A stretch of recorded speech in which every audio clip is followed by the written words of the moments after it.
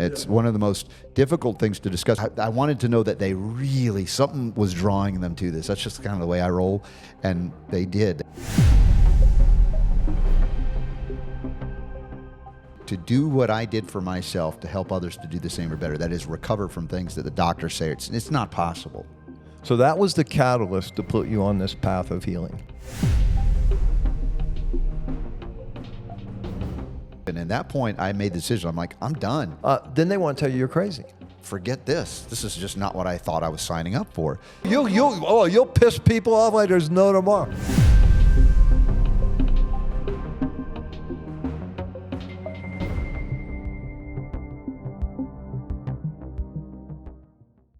Welcome, everyone, to the Power of Your Voice podcast. And I'm your host, Mike Murphy, and we are super grateful that you are here with us today. And I want to thank you first off for all the people subscribing, all the likes. But what really excites me and makes this all worthwhile is when you get valuable content that resonates with you, especially around the subject of healing, and you share it with somebody that it could really benefit. That's how we shift consciousness in this world. We need to reach out to one another, especially those that are suffering or less fortunate than you. This is how you'll break your own pattern of whatever you're going through and raise your frequency and your consciousness so you can manifest what it is that you truly desire.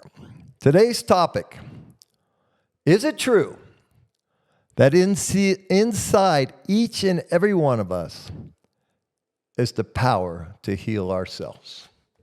Great question. And today's guest has been teaching this to his listeners on his radio show for 24 years.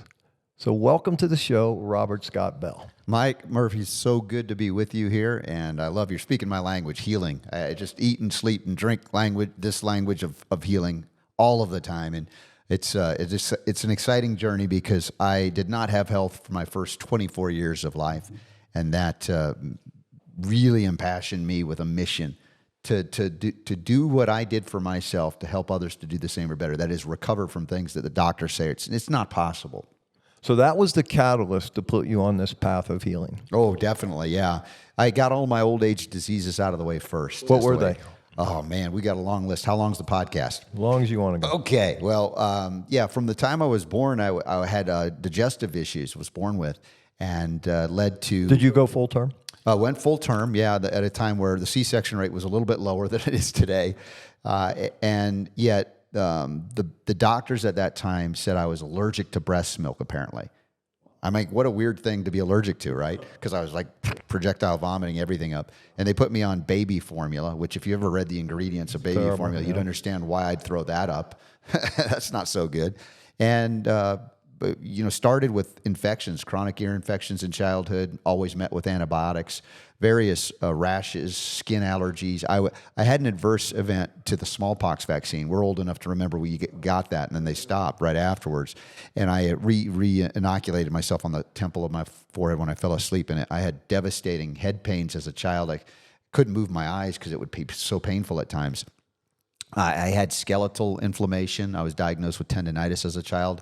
So I couldn't play sports outside until they said, well, you can go in the pool. So I became a swimmer. I had systemic and chronic allergies to just about everything, food. They tested me at the time. They poked holes in my back. My uncle was a medical doctor, and his friend that he went to medical school with was in this emerging field of allergy medicine. And so they poked all these holes in my back, and I pretty much was allergic to everything. It was like borderline boy in the plastic bubble. And the respiratory issues, the sinus congestion, continuing with chronic and recurrent infections, sinus infections, throat infections, ear infections, intestinal infections, stomach. So I was always on medicine. We were a pharmaceutical family. My dad was working in the pharmaceutical industry. My uncle, as I said, was a medical doctor. And, this is just some of the stages that I went through. I was hospitalized with chronic, serious constipation. As a child, how bad does it have to be if a child's brought to the hospital with constipation? Pretty bad. That's where I learned about enemas, which was a scary, scary thing. Although now I appreciate the coffee enemas. But back then it's like you didn't know. And, this journey of inflammation, of infection, of lack of, I would say, vitality, energy. I was like always just run down as a kid. And I didn't know any different. I was always on a non-steroidal or steroidal drug for inflammation. Every time I ate, I had reflux and gas and burping and bloating. And it was a mess. Our friend Tim James described what he went through, and I was having horrific nightmares because it was my story. Blood and all I had, the skin stuff. But I happened to me early on, from 0 to 24 years of age, and I even had 10 years of allergy shots, every over-the-counter prescription medicine they could throw at me, sinus congestion drugs, but also surgery to open up the septum, which only filled with more snot because it didn't address underlying cause. And I was fatigued, and I just didn't know what my future held for me, even though I knew my track from when I was little. I was going to grow up to be a doctor, but the only model I had was modern medicine. And when I was at Emory University in Atlanta, my first year, that's when I had that epiphany that if I do to other people what these doctors did to me, I would be miserable. Some years earlier, my uncle, the doctor, Uncle Bob, told me that I shouldn't go into medicine. He was a doctor. And I was like, Uncle Bob, what are you telling your nephew not to? This is what I want to do. It's like, you're going to be miserable. I was like, what are you talking about? So I think he saw into my spirit. There was something, that message that always I heard, but I didn't understand until that moment. And I said, oh my gosh, I think I know. He told me that he couldn't practice medicine because government, all these third parties were getting interventions in medicine. And even if you what year was that? That was in the late 70s, early 80s, he warned me. And of course, that was long before the Obamacare thing happened in 2010 actually, which was 100 years, as I learned later. 100 years. Allopathic medicine. Allopathic medicine, yeah. 100 years after. Until they owned it. It Yeah. took them 100 years to own it. 100 years after the Flexner Report of 1910, which was what converted all medical schools in America to petrochemical factories, if you will. Doctors came out and all they could do is prescribe petrochemicals for people. Yet we have no deficiency in petrochemicals. Explain petrochemicals to the audience. Well, this happened from the dawn of the oil age in the 18th and 19th century. There was an emerging field of organic chemistry, which first originated out of Germany, where they began to utilize these oil molecules and convert them into all kinds of things that were what we call synthetic chemistry, into things we never had before, like plastics, toxic poisons of many kinds, pesticides, plant fertilizers that were previously used as bomb-making material in World War I and World War II.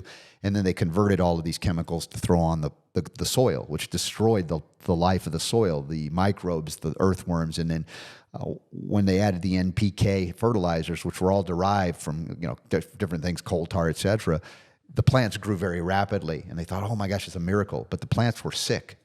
They were not balanced plants, and then they were infested with pests. And then they took those same petrochemicals but converted them into toxic poisons to kill the pests so they could grow this inferior or sick plant life and then feed it to us. And then we got sicker and sicker over the 20th century, and I was the canary in the coal mine of my generation to be that sick that soon. Now we see if you find a child, generation Y and Z, millennials, post-millennials, that doesn't have one or two or three or more chronic ailments, wow, that's an amazing thing. Whereas it was the rare thing to have much less an occasional cold or flu like my dad's generation. So let me ask you, you're 24 now. You've had chronic illness most of your life. So and I think you hit the nail on the head. I think the worst thing about chronic illness and being poisoned is losing our energy, because without energy, life is no longer worthwhile. So there you are, 24, first year med school, chronic illness your whole life, energy's low. What woke you up? Was there a specific moment, or was it just the general atmosphere? Well, it was at Emory when they were giving me, still getting allergy shots, 10 years into this now, and I'm not getting better. And I had asked that pointed question of the doctors, will I ever be well? It was a sincere question. I wasn't trying to, rattle their cages. I was just like, I've been at this my whole life. This is all I know. And they said to me, we don't even know why you're sick. So points for honesty. But dude, that was not, so I'm thinking, I'm going to be a doctor like that? And then they said, because I was leaving, and at that point I made the decision. I'm like, I'm done. I don't know what to do, but this is just not my path. And it was like one of those scary moments too, because I thought I had my life planned out. Now it was like, forget this. This is just not what I thought I was signing up for. And they said, wait, there's hope for you. There's good news. I'm like, good news? I've been waiting, what? All my life. Well, spit it out. And this is what they told me. It was a straight face. Maybe one day you'll grow out of it. Well, what year of medical school was that? I was like, I'm an adult. Okay, I can mature a little bit more emotionally, but dude, I'm an adult. So growing out of it didn't sound good. And I learned later that if I was a woman, they would say, go get pregnant and it might go away. I mean, this is the stuff that they tell Well, and women. the other thing, here's the real issue in today. I mean, you're going way back in time, but now when people go there and they have these diagnoses that they can't fix, okay, because it takes natural medicine to fix it, then they want to tell you you're crazy. Yeah. You know, I mean, that's the worst. It's all in your head, right? It's all in your head. Yeah. I mean, how debilitating. So you brought up something very interesting, allopathic medicine. And we are at Mountains of Hope, and which is our healing retreat center in Colombia. Couple impressions first. When you first arrived, and you spent an hour or so in this nature here, and maybe I think you arrived at night, so in the first morning, so we'll give you that. What was your impression of the nature and where we're at? And now having been here for 5 days and experienced some of our stuff, what's your impression now? Well, it was the proverbial breath of fresh air, but in more than literally, but yes, literally that too. You immediately feel a sense of calm and ease come over you. I think, you know, if you're in the United States or many of the Western world countries, you're bombarded by electromagnetic radiation everywhere. And we're in the mountains here up above Medellin, and it's just different. It's like when you went back, if you remember our childhood, we didn't have these towers, and you could go, walk in the woods for hours and just feel just amazing. And it's like, wow, I forgot all about that. You come back and you're like, oh, I remember that feeling. And so, every day it gets even better. And of course, a lot of the facilities you have here each morning, we've been waking up and doing the yin yoga, and then the hot and cold sauna and the plunge. And, I'm swimming some laps in the pool like I used to do. And just so I'm alive, even more so. And I've been on this path, gosh, my broadcast radio career is, 25 years almost there, but 30 years as a homeopath. So I've been at this for a long time. I went all organic in 1990, back when it wasn't like cool or common. It was harder to do, but it was a crisis of, oh my gosh, if I don't change what goes into me, I could be dead in my 40s of cancer. My relatives had died at 50, 60, 70 of cancer, or the treatment for cancer. So I could see the future, and it wasn't bright.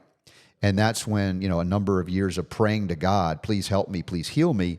I wasn't sent a lightning bolt of magic that you're healed, but I was sent, let's say, grounding in spiritual principles of how the universe works, how the world really works. And I began to apply that before I really learned about healing. It was just sort of a basic, you got to get a crash course in the basics. And then at the age of 24, and you know that old adage, when the student is ready, the teacher appears or the master appears. So it's 4 or 5 years after that, a seminal event, that suddenly I met a homeopathic doctor who emigrated from Belgium to the U.S. And I met him. Within a few minutes, he described to me my entire medical history. By doing what? Looking at me. Yeah. Okay. And I was like, he was right. He was telling me a thing. I was like, are you a psychic? I could barely understand his broken English. He laughed. He's like, no, I'm not that. I'm a homeopath, which was weirder to me because I'd heard of psychics. Yeah. I'd never heard of homeopathy. Yeah. And I was like, wow, I don't know what this is, but he told me my liver's congested. And I remember learning about my liver in high school, biology, and no doctor had ever brought up my liver, not once. So he's like, here, let's detoxify it. Let's get you on organic food, clean up, and I started that process. In 2 weeks, I was breathing out of my nose for the first time without a drug in my life that I remember. And 2 years of intense work. Wait, can you say that one more time for the audience? Because I want you guys to get this, okay? He cleaned up his diet, and 2 weeks later, the healing is already taking place. Yeah, it was very much in evidence that simply I stopped the inflow of the burden, the toxic poisons, the things that we aren't meant to consume, and very overtly by ingesting it, much less the water that I was drinking was fluoridated, chlorinated, all of that. I started cleaning that up. Within 2 weeks, I had tremendous shift and changes. Now, I'm not saying that was it. It was over. It was process at that point. And I had some times where I was like, Doc, I think I'm going to die here. I don't know what's happening, right? And I described, I had a fever at one point within that 2 year cycle of when I first started. And he laughed. He said, "This is great news. You're making progress. You're going to live." And I'm like, "Doc, I'm going to die here. I feel horrible. I haven't felt like this," because I finally had the energy to overcome all that was within my body, and that comes with symptoms. So if people think that healing is symptom-free, they're, No, that's that's an allopathic drug approach. We want to get rid of your symptoms. We as homeopaths will bring them up and out so that you're not going to permanently suffer or die of a degenerative disease. Yeah, well, and let me add, that's the reason we have a doctor on property, so that just to manage the detox, so we can lessen those symptoms and really watch them, because it's do no harm, right? So let's go back to this allopathic, because before allopathic, there were medicine men, and the indigenous had many, many traditions for centuries. Dozens of centuries, God knows how long, centuries. And on Tuesday here, we had a little experience of a medicine man and his wife and his helper come here and do what we call fire ceremony. And it's a very spiritual, heart-opening ceremony. And the medicine they use is rapé, which is tobacco that they gently put up our nose. And number one, what did you think of that ceremony, the honoring of the earth and the what comes out of the earth, the tobacco, and you're here with your two wonderful children, Elijah and Ariana, and I know Ariana took the medicine. I think Elijah did too. Okay, so the only chicken here is Dad, but oh, you did it too? Yo, you did it too? You can't let your kids do it and you not do it. Oh, I didn't know you did. Well, tell me about it. Oh my gosh. Well, the ceremony itself is spectacular. It's beautiful, and I appreciate that. I've traveled in my young life, I'd like to think, many places around the world, and my journey is always to immerse myself in the culture. I'm not the guy that goes into the Ritz-Carlton, and I could appreciate a Ritz-Carlton, but the experience of going to a place for me is interacting with the people, learning about the culture, and somehow connecting to something that's got thousands of years of history. That for me is the value. And you brought that here to Mountains of Hope with that ceremony. And I know we've got one that I haven't experienced yet, the cacao ceremony. This for me is something so important. And people think, well, I'm just here for healing. It's like, no, that's part of the healing. To reconnect to I would say our humanity, but I mean that in a spiritual sense, because it's our connection to this place that we live on while we inhabit this body we're in. But also that deeper connection and appreciation that we often don't have in the Western world, because we've gotten everything so easy. We didn't really have to work that. I mean, people say, I work 40 hours a week or whatever, but we're not, gaining value in that work. What are we doing? We don't even know. We're not connected to the outcome in many cases, and what we're producing could be toxic, not only the body, but the spirit. And so we come here to have that healing or that transformation, and then we also have these other experiences. Could you say it's critically necessary for everybody's healing? Not necessarily, but my gosh, is it really? It's a significant part of it. And then, of course, we know of tobacco throughout our life in the West. We were told tobacco kills, it's cancer causing. Now, I've learned many years ago that tobacco cigarettes that they manufacture and sell are hardly any of it is tobacco. It's a pure chemical conglomeration that's just so horrible. But tobacco itself was medicine, as you talk about, for the medicine man, Native Americans, Native from South and North America. And then the utilization of it now we hear from Dr. Brian Ardis, who identified snake venom pathologies associated with the pharmaceutical, again, organic chemistry. The blood pressure medicine I've been taking for 30 years is made with king cobra snake venom from Brazil. Okay. And we know now that impacts what they call the nicotinic receptors. And nicotine, of course, high content in tobacco cigarettes or tobacco, yet we were told that's the addicting quality, it's toxic, it's dangerous. We were lied to about that. Why would we have nicotinic receptors if it's, a toxic component of nature? Eggplant contains nicotine and other things too as well. So this was part of my journey. I was lied to about everything, and I went through everything. I was like, my gosh, I've got to live differently now. And I've raised my children, obviously, a lot differently than many kids were raised. And this is the journey of discovery. And then what do you do when you discover it? Do you either take more medicine, drugs, to go into cognitive dissonance and survive that way, or you say, I can't live that way. I can't live in integrity and do that, and you change the course of your life. And many people are finally coming to that conclusion. Some of it was COVID-driven, which I guess it takes what it takes. Often we aren't willing to move from our comfort zone until something really... So it's uncomfortable. Yeah, and so it's gotten that way. So more people than ever are coming on to this way of thinking. and you're doing an amazing work here with what I've just, you were on my show recently, and I just loved your story. And my wife oh man, that Mike, he was great. So I'm just so blessed to, connect here. I was talking with Tim James about how this happened, and connecting with friends, how these things. First, Laban Ditchburn reaches out and says, hey, there's this amazing thing. You should be coming here. I'm like, really? I don't know about it. And then Laban and I talked to my wife, and my wife says, that sounds really interesting. Maybe you should go. And then I'm like, I don't know. And then Dr. Ardis calls me. You got to go. You got to go. It's like, you know how he said, Robert Scott Bell, there's this thing in Columbia, Mountains of Hope. You got to be there. Right? That's. I'm like, how do you say no to Dr. Ardis? And then my kids, I said, because my wife wasn't up for it yet. I pray one day that we can bring her here, but she wasn't up for the trip, and we can go into that journey of her health challenges. But my kids said, yeah, well, I want to go, Dad. I want to go. My daughter's 18. My son is 23. And I was really pushing back against them wanting to go, because I wanted to know that something was drawing them to this. That's just kind of the way I roll. And they did. They pushed it. And my wife was obviously the fifth person between Laban, Dr. Ardis, my son, my daughter, and my wife. I couldn't say no anymore. It's like, I'm stubborn, and I say, God, you really need to tell me if this is right. I got the message. And so we're here, and it is right. My kids are having a beautiful experience. Yeah, let me ask you about that, because a couple incidences with your kids that kind of warmed my heart. One, seeing your 18-year-old daughter in the fire ceremony do the repay, because it's an act of courage to a certain degree to trust someone to blow tobacco up your nose. And I really enjoyed seeing that. And then yesterday, after the sound healing, after the breath work, the holotrophic breath work, and then the sound healing, I watched your son at the ice bath go out of his way to hug Oliver, who led the ceremony. So I know that Elijah was deeply touched by whatever happened there. So tell me, well, how are your kids feeling about this? What are they experiencing? It is, an experience of transformation. And I know that my son really wanted that. He needed it. There was something deep inside him that was just being called to. And I'm going to cry now talking about it, because you always want the best for your kids. I've raised my kids in a very unique way. They're all organic. They've never been vaccinated. They've never had antibiotics. So they're a little strange according to their friends, and it's hard enough being a kid,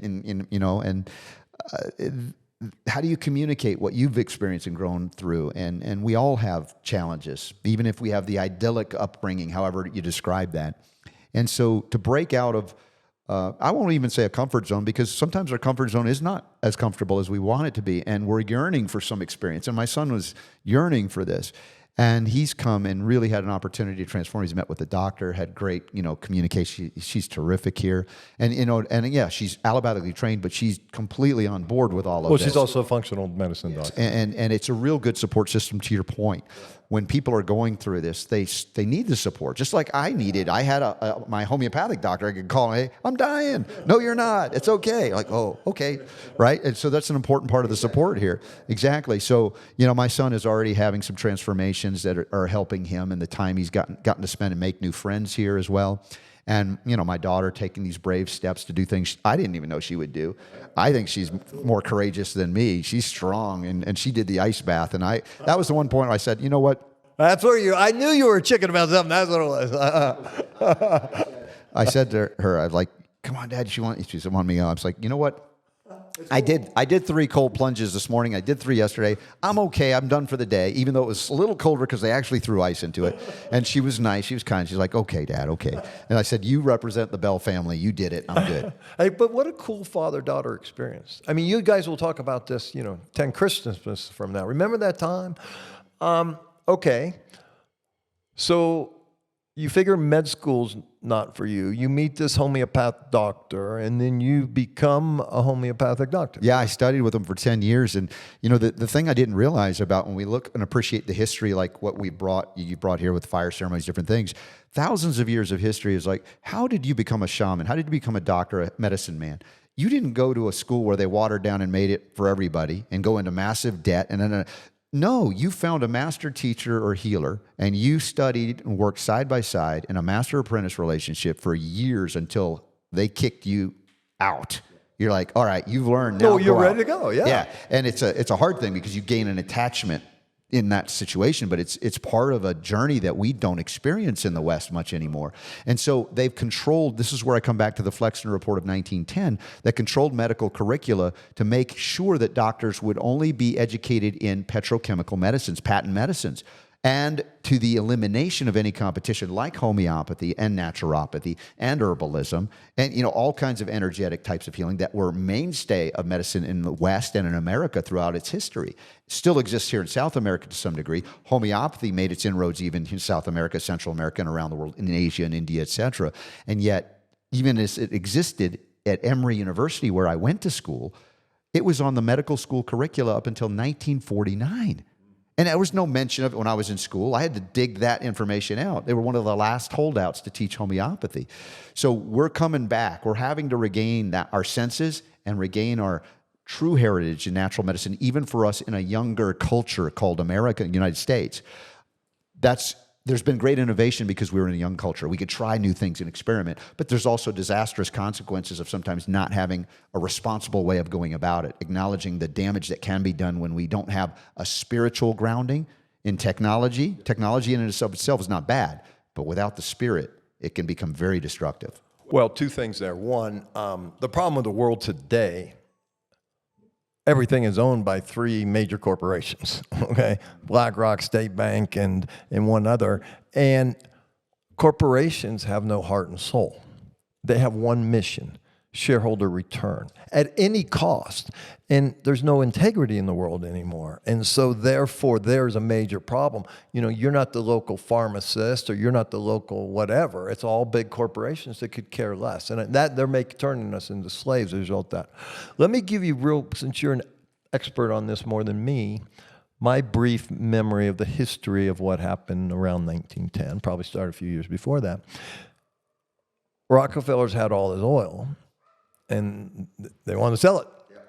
And so they would go give a donation to, say, Harvard, for example, of $1 million, which was a large donation.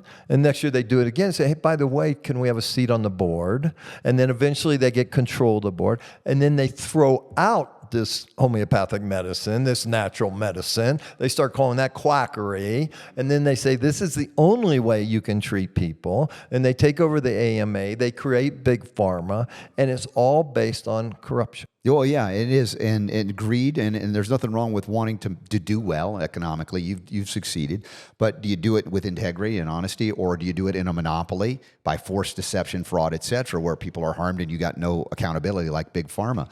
And you're right, it goes back further than even 1910, but it was Rockefeller, Carnegie, the foundation set up this preordained commission report to go into medical schools so that they would then say, we'll only accredit you if you do, and here's the money to back it up.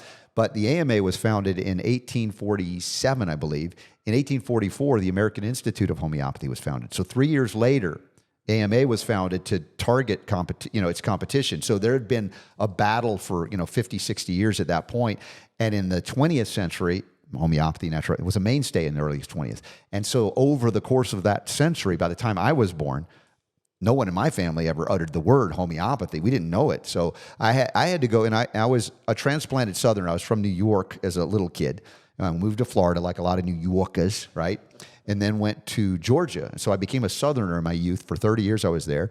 And that's where I ended up at Emory. And we went to Civil War museums. And I never, it was fascinating, that history. But until I became a homeopath, I went back to those Civil War museums and looked at the medical field kits that they had in the 19th century. They were all homeopathic. How did they erase the history of medicine in America so completely? And if you can control that history and erase it, rewrite it, you control the present and the future. And so I had to read Divided Legacy, a series of books by Harris Coulter, to learn about the real history of medicine in America. So it was like I had to unlearn everything I learned in school, grade school, high school, university level, to learn what I know today.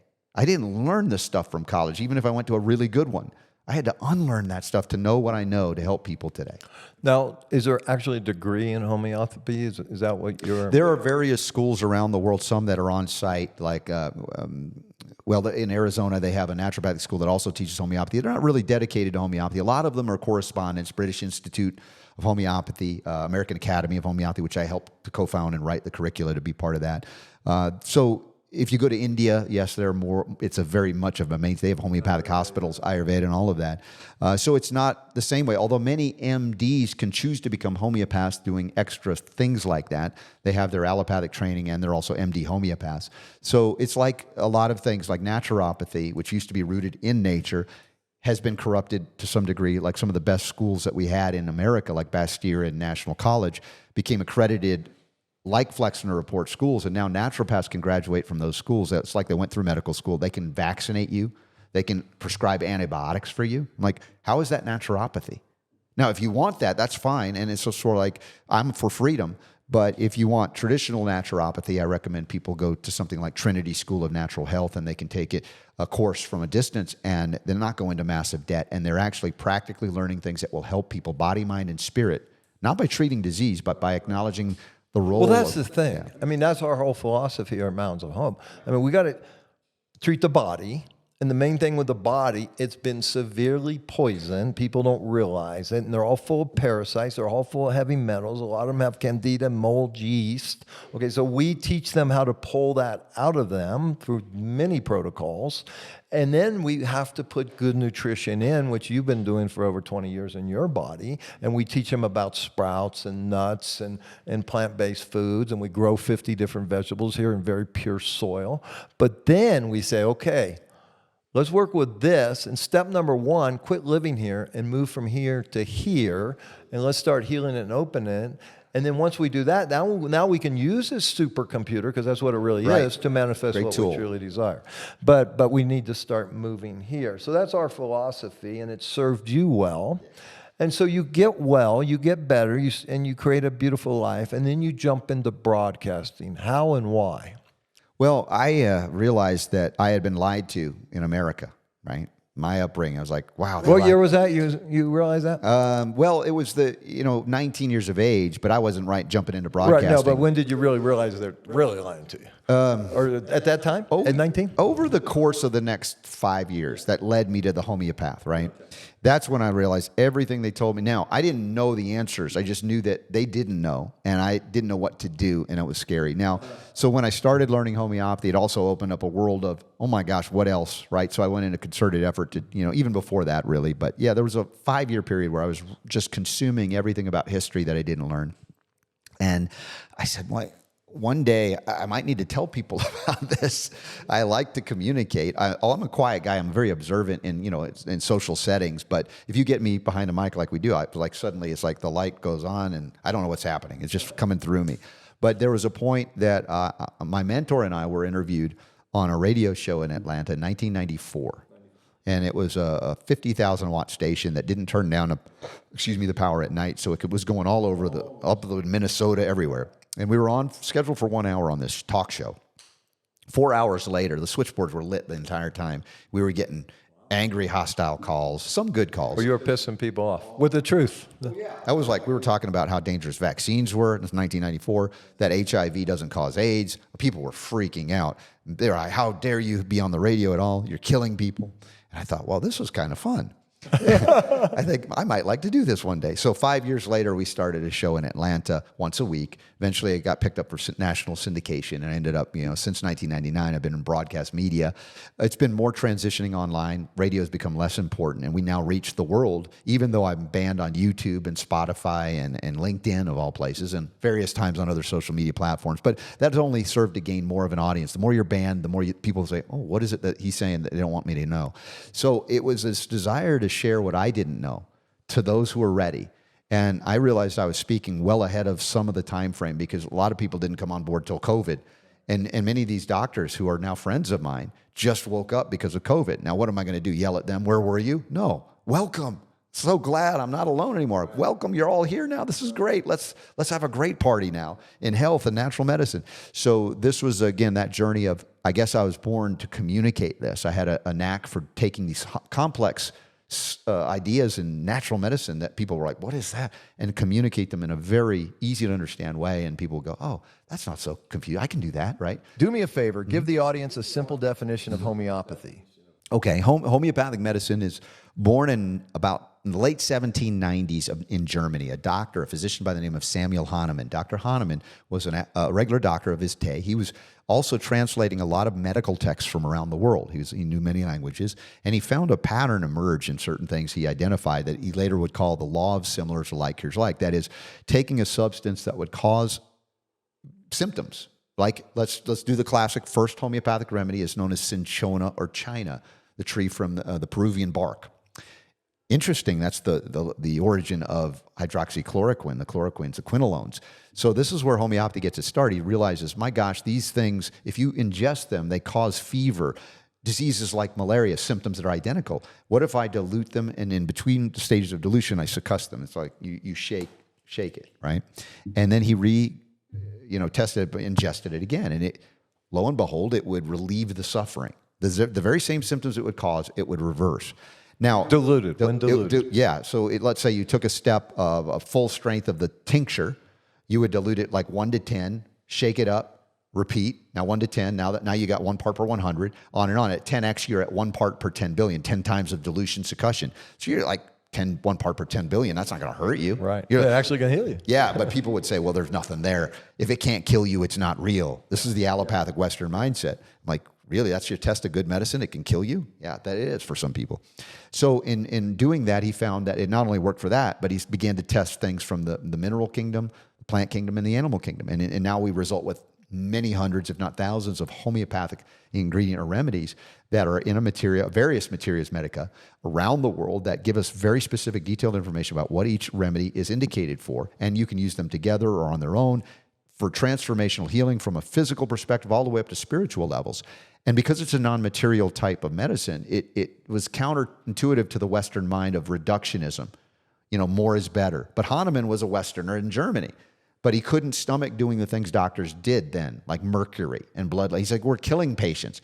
And it's not any different 200 plus years in the future. We're doing the same thing in allopathic medicine. So he was a visionary, way ahead of his time, but yet it was adopted as a mainstay of medicine around the world. In fact, it traveled all over the world. It's arguably the second leading form of medicine in use around planet Earth right now. It's like, what? And I never heard of it? So you can see all the things that I was like, dude, I got to tell this. I got to, people need to know, right? You become a zealot a little bit at first. People are annoyed by you, but I've learned to be very patient. It's like, when you're ready, I'm here for you. And invariably they get ready if they're not dead. Okay, I see, look at how you're aging compared to, oh, okay, what are you doing? Well, I told you I went organic in 1990. I never went back. It wasn't a fad. So the quality of food matters. And the consciousness has shifted. A lot of people are doing organic. I mean, in the midst of a very toxic lifestyle, as we tell you, we come from America, we come to Mountains of Hope, and we get out of that for a moment. Maybe we can go back and go, let's make some real changes, right? Well, that's why we do a 2-week signature retreat, and then we follow them for 2 months. Because to make transformation stick or last, you have to change the environment, number one, and then you have to be held accountable for a certain amount of time. Then it becomes in the subconscious. It's ingrained. That's your new behavior. So, I love the work of Dr. Joe to spend this as if you want to change your personal reality. You need to change your personality. And what's your personality? What you eat, drink, think, and do is your personality. And so you come here and we show you how to shift that, change that, and you arrive day one, person day, and you leave 2 weeks later, transform this person Z, and you create a whole new world for yourself. Yeah, and that's, again, the rarest of rare opportunities. And I wish and I hope and I pray that this can be duplicated around the world, especially in my home country of America, the United States. And I know you've been there, would love to see that. This is why I talk not only about just healing, but political healing too, which is a weird thing. Political healing? Yeah. If we apply these principles into the body politic, we can see some transformation there too. Find people of integrity, as rare as they are, they have an impact, maybe an oversized impact because there's so few of them once they're there. And we have some folks that may be going in to do good things. And in that way, we could bring this freedom to heal holistically, naturally, without a monopoly, constraint. You can do anything you want to heal cancer as long as it's chemo, radiation, or surgery, right? That's communism. So we've got to do better, and I'm all about that. I'm in this for the long haul. As long as the good Lord lets me be here, I'm going to enjoy it, and I'm thrilled again to be invited down to meet you for the first time and tell your story a little bit, and maybe there's a lot more we can do. Well, the irony of homeopathic medicine and big pharma today is that the genesis, they're both the same. The only difference is because big pharma, all of their medicines comes from nature. They just do it synthetically with oil and it doesn't work. Okay? Nature doesn't have side effects. Of course, if you take something like that and you dose it too much, you're going to get sicker and have a higher fever. But odds are it's not going to kill you. And in the medicine and the shaman, they knew this, right? And so that's what's crazy about all this. But you can't patent something from nature and you can't make money, and therein lies the problem. Yeah, because one works and one does it. The only time that, honestly, for me, I mean, also if I had cancer, I'm just going to come live here, do everything we do here, especially the food and the breath work and the everything, and just wait till my cancer goes away. I mean, the environment causes the cancer and the environment heals the cancer. Yes, and that involves the belief systems that people are coming here to transform. Yes. So it's a beautiful place without having to even quote unquote give medicine necessarily. The medicine is the earth we live on if you come back to this kind of reality. You know, just the breath work that we've been doing, right? And here we have, I'm not going to say don't have any chemtrails here, but I know I've never seen much of it. So we know we're breathing better air quality, and we're 7,000 feet in the Andes Mountains, which is beautiful. So we had an interesting session last night for you people out there every night, 7 to 9 p.m. We have a MLH presence, and we have brilliant teachers zoom in and teach us. And last night we had a Dr. Keith Mueller who talked about things, and you had some good questions for him. You're right. But he's a developer of products, and he has a unique silver product. And you had some good questions for him. But where I'm going with this with you, and I don't know how much you know about this, of any, but take these products from nature that when dosed properly heal us, how big a role does frequency play in that? Oh, well, it's everything, because we are electrical beings. We are not, even though we say we are chemicals, there's chemistry in there, but they respond to, again, the signals that are non-material, once again, which is why homeopathy is so brilliant. I've been lecturing around the world and teaching doctors about silver therapeutics for years as well, and that's why I had those questions that I brought up. But the idea here is working with even material medicines. They do contain frequency as well, and that therein lies the reason why the microdosing, you've heard about microdosing, is the most beautiful thing that I've seen transpire in even the natural medicine realm, because people, utilizing hallucinogenic substances from nature can go on some trips that you may never recover from, that can be very intense, like, taking too much of anything. And yet at the microdose level, it's having a rewiring the pathway signaling thing. And it's not necessarily homeopathic officially, but it's the same concept, that subtle force, right, can be so powerful in transforming. The littlest thing then transforms over the course of, the space and time, if you will. And I think that's the beauty of the natural world. It doesn't require toxic amounts of good things to achieve the goal. But as I said, we have in the Western world a mindset we've been programmed to believe more is better, less is nothing. And what I've found as a homeopath is less can be more, and more is toxic. So it's a different way to work, because we work more efficiently with the natural resources as well. Think about how much are we doing as a people on Earth rediscovering our plant medicines and pushing those yields to the point of the Earth can't give that much, and what you're getting is not as good. So the use of the resources, homeopathy is the most ideal use of resources, because one plant can provide medicine for millions of people. Yes. What's that? That's staggering. Think about that. And you can keep growing them. That's right. So, efficiency of utilization of the gifts that we have, the resources we have. So we don't ever abuse that and run out. And I'm not saying we can't use herbs. I use herbs, but the point is we have an ability to maneuver around and through and be responsible for once, instead of overusing, abusing to the point of exhaustion, and then we end up in crisis, and then we're controlled through fear and lack. Right? That shortage is everywhere, and this is how we control behavior. It's like. You remember in early COVID, toilet paper, they played this game. No more. Everybody, it's like, how quickly can you alter human behavior by saying there's not enough of this? Everybody would want to hoard it. And of course, there's an abundance in this universe. And we begin to live that way. And there's some of the things that Tim James is great for saying, what is abundance? The ability to have everything you need to do what you need to do, period, right?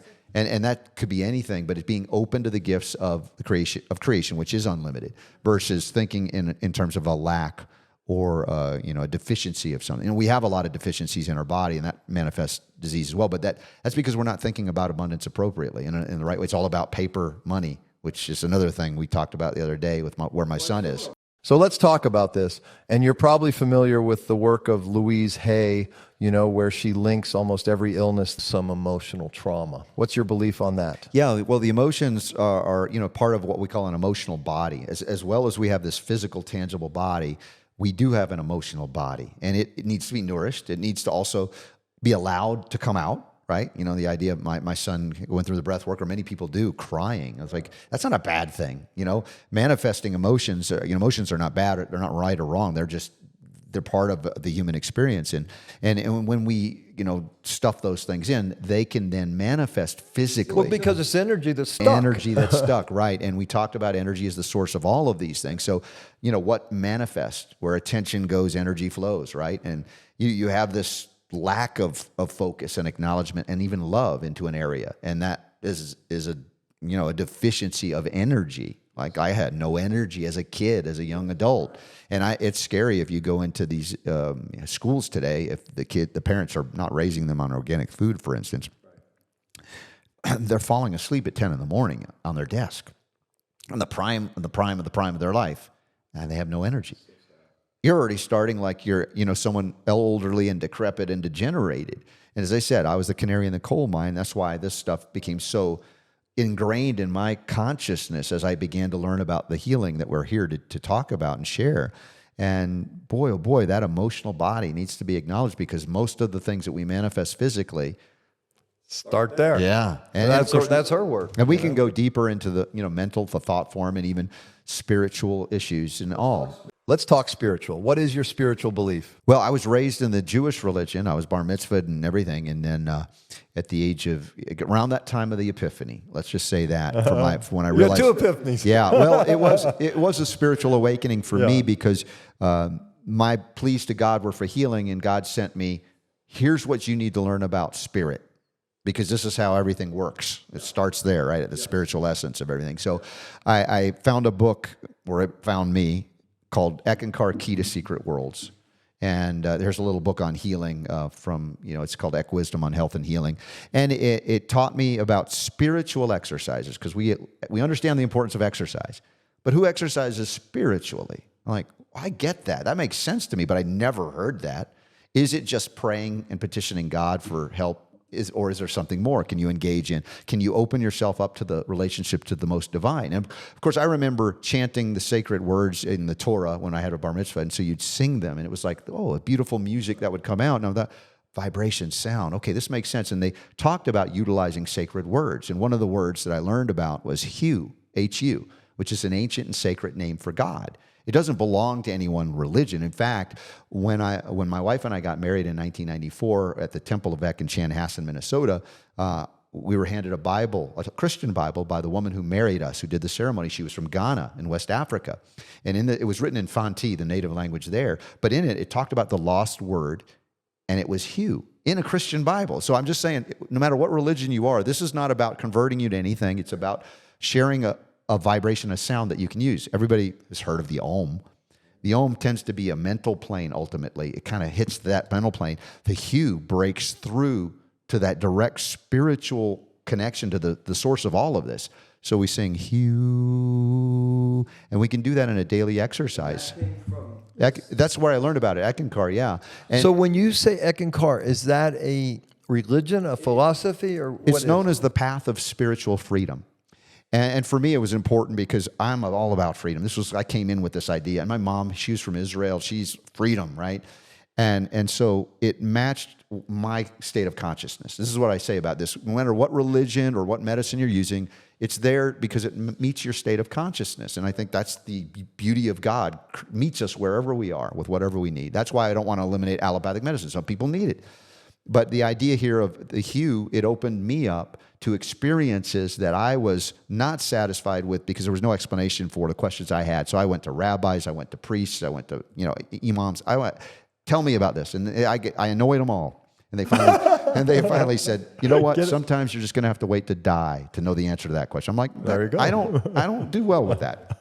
So with the Hue, I was able to have experiences of direct contact. You know, I didn't mention, you know, I was in 6th grade as a young child, kid. I died and came back. I had a near-death experience. And so I already knew that I wasn't this physical body. I had that, but I had no framework necessarily, other than... So we're going to run out of time, but I can't let you say that and not have a follow-up question. Okay. So when you were dead, did you have an out-of-body experience? And what was it like? I ended up in a place not unlike this. I mean, it was a beautiful, mountainous region, meadow. It was so vivid. The colors were more vivid than our colors we see with our own eyes. Right. The smells were there. The nature was there. I could feel and see. I could feel the warmth of the sun. And then the next thing I knew, boom, I was hitting back in my body. And then years later... But you weren't given a choice to either... No, it wasn't. Okay. It was more like, dude, you're here and now you're back. You got the experience. I'm going to whet your appetite. And then years later, I was at an Eckankar conference, and somebody had a painting that they did. And my daughter's a beautiful artist. She's drawing things about the nature here, too. You're going to love. But this picture, this painting, I saw, that's where I was. It's like somebody else saw it, too. Years later, I'm like, wow, that's amazing. So the connections are really divinely inspired. And the moment we need to see them, if we're open, it's there for us. So whether you don't have to be part of Eckankar to do this. Just sing Hue. Try it. I want to check it. I'm going to tell you what I'm going to do as soon as we're done here. Mm-hmm. And for you people at home, 50 feet from here is a Temescal. We can do that in there. Oh, yes. That would be amazing. And because I do ohms in there. Yeah. And now I can do the Hue. Yeah. And I'm looking forward to doing that because I believe that it's all energy vibrating a certain frequency, and sound is the most powerful. And when we realize that and we get our cells vibrating at that high frequency and we open our pineal gland and we get that vibrating, we are in constant contact with source. And then we are at peace. Yeah, and this is the sound behind all sounds. You're gonna just enjoy I can't wait. I can't wait to open do you it. up to divine. Okay, love I got to and ask you a couple more questions. Sure. We're going to run out of time, but so I'm going to give you 30 seconds to answer these, and if you don't get the 3, that's okay, and if you don't have any, that's okay. 3 biggest regrets in life. Ooh, biggest regrets. Well, you went right to the hardest ones, right? Because I look back at my life and I find that it may be. Not having more conversations with your dad before he died, right? Because my dad died after kidney failure. He was on hemodialysis, and my grandpa died horribly in a hospital too. It was interesting that those things impacted. And now you do this. Yeah, but I mean, I did enjoy the time I had with both of them as, impacts in my life. But, how do you say regret? You'd like more time. But honestly, I don't look back with regret. So there's nothing you would change? Yeah, everything was just in order. And how it happened needed to happen. 3 greatest accomplishments. My gosh. Well, I'd have to say my kids, but I mean, how is that an accomplishment? Although some people said... It is an accomplishment. I know. But raising them. Well, that was the point that just came up because was it the other Tim that was here? He said, hey, can I, if I have kids, can I rent you out as a dad? I thought that was funny. But, I would say that's an accomplishment because I wanted to instill in them the spiritual freedom that means so much to me. That is, I'm not here to tell them what their journey is. I'm here to steward them as young people to stay connected so that they can be guided. And for me, that is the greatest accomplishment. But that's still an ongoing thing. Well, and I would also say staying married to their mom all these years is an accomplishment, right? Especially in this world of divorce 50 over. Oh, yeah, and she's been through a lot. I'll give you 1 or 2 minutes to...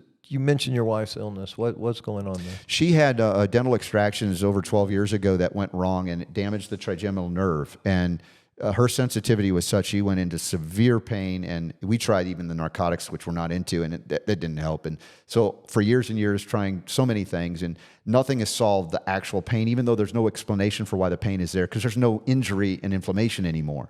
So it might be entrained in the brain. So we've been doing so much, plant medicine, cannabis, kratom. It's helped. I mean, she's alive still. So the pain is still there. Still there. And she has to, that's why I wanted so much for her to be here with me, and she said, well, because we brought a dentist up here today. Yep. We examined because the mouth is so important. Exactly. Yes. And she's just like, I can't do the journey. And I'm just, maybe this can happen now that she knows what's here. I'd love for her to come back anytime. Okay. Yeah. And there's many dentists here that are very good. And quickly, because you are eat really clean and good. And I'm assuming, is it plant-based? You say organic, but does that include plant-based? I will tell you my transition. When I first started, it was all plant-based because my body was so wrecked. I couldn't digest anything. If I wanted meat, I couldn't break it down. I was in horrible shape. And then there were times where I transitioned and learned to listen to my body, what it was communicating with me, so that there are times where my body will say, you need some animal protein. And I'm not, in a philosophical way. I know there are vegans that are philosophically, but for me as a homeopath, I don't have the luxury of being religious dogma about something. I have to meet the needs of the people. And there are people that have cancer that if they go on a raw vegan diet, they will die. And there are those that will live only if they do that. And that's It's so individual, and they want to do the same treatment for everybody. One size fits all. Dr. Nicholas Gonzalez was one of my greatest friends in this lifetime. He was a hero to me and became a friend. And he was one of the doctors that mysteriously died. And he was curing pancreatic cancer with no chemo, no radiation, no surgery. And that, of course, what does that bring? And he was all about what do we need to do to meet the needs of the individual, and each individual might be different. And so I, again, as a healer, I can't be dogmatic about it has to be this way or this way. Organic, yes. The clean is not an argument. You don't want. That's where you start. You don't want poison on right, your food. and that's easy to start there. I'll tell you my experience real quick, and then I want to ask you how you've enjoyed the food or not enjoyed the food. But so for me, I'm not a big eater to begin with. I'm not like a foodie, right? But I grew up in the Midwest in America, right? So that's steak and potatoes, right? And so, but I'm embracing this, and I hated it at first, to be honest, okay? But now I've changed my whole perspective of food. Food is not to be pleasurable. See, everybody thinks food is to be pleasurable. And now I'm saying, no, food is medicine. As Hippocrates said, let your food be your medicine be your food. And so now I just eat those sprouts and not worry about it because I'm going to create pleasure by having a healthy, strong body. Let's take this body and go have that pleasure instead of a pleasure of an In-N-Out burger and a Coke and a malt, right? You've raised a very deep issue. It's one of the most difficult things to discuss, and more so than talking religion or politics. Right. You talk diet. You'll piss people off like there's no tomorrow. My wife's one of them. To your point, yes. We have substituted the pleasures of the flesh for the essence of the energy flowing through us that gives us that ecstasy, ecstasis, which is to be with God. Yes. And yet we have a physical body. We've been given this opportunity like a school ground to learn. It's here for us to indulge in and abuse and then figure it out. I believe lifetime after lifetime, right? And I know a lot of people don't, but that's okay. That's the idea is like one shot and out. I don't think that would be a fair deal. That wouldn't be fair at all. But the idea is to come to these conclusions of our own accord, not by force or fear or fraud or deception. And that is only through experience. And your experience is impacting the lives of others and your willingness to share it with a good heart. When I met you, I was like, the energy. My wife watched you on her interview and said, wow, what a good man. You can feel you've been through a lot to get here. I wasn't always this way, Look, I have emotions. Sometimes I can still be angry about the world and what's happening. And then I got to step back and go like, that's not going to serve me in the big scheme. I want to get beyond that to show people there's a purpose for all of this. And we also have a choice that we can make to go beyond it, even while we're here. Okay. We got a minute left.